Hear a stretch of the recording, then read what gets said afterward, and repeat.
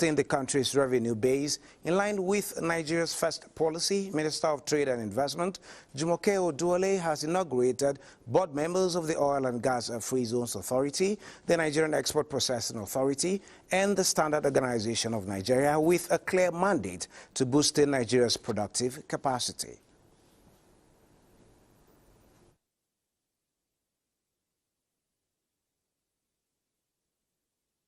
Government is fully aware of constraints facing production of goods, ranging from infrastructure and security to interagency coordination, operational bottlenecks, and more. And these challenges are being addressed deliberately and systematically. Your appointment is central to this effort. We should be determined to move beyond the potentials that we are as a country and to get to, performance. We'll put in our best to transition OXA to become a partner of choice for both local and foreign investors in the country. And modernize our system to meet global best practices. This board will strike an effective equilibrium between the ministry and the management of NEPSA. Now looking at solid minerals, the African Network for Environment and Economic Justice, alongside the National Assembly and stakeholders in Nigeria's solid minerals sector, agree that Nigeria cannot afford to continue losing billions of naira annually through illicit financial flows in the mining sector, stating that the cost is too high and the consequences too severe. This is as stakeholders commit to the implementation of findings of the research report on addressing the enablers of illicit financial flows in Nigeria's solid minerals sector. How do we follow the money to ensure that resources that is needed to tackle the issue of poverty in the country do not go to private pocket or leave the country through illicit channels? Because this is the whole aim of this policy dialogue after the launch of the research report.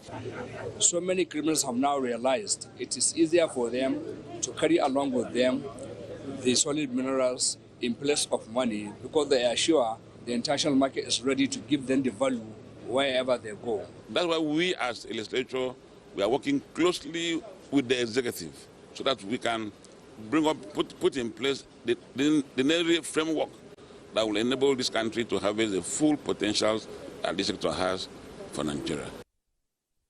Now looking at the markets at this time across Africa's major financial hubs, Thursday was a kind of a high-octave trading with Nigeria recording 1.2 trillion naira in gains. And from the bustling flow of Lagos, it was actually a steady climb to Tunis, as well as a massive rally in Johannesburg, where the continent's markets were actually painted in green shades. The NGX didn't just grow, it accelerated, with volume rising by 3%, turnover jumped by 8%, and the deals spiked by 10%. Investors clearly had their buy buttons on high alert, pushing the total market cap to a staggering 109.1 trillion naira.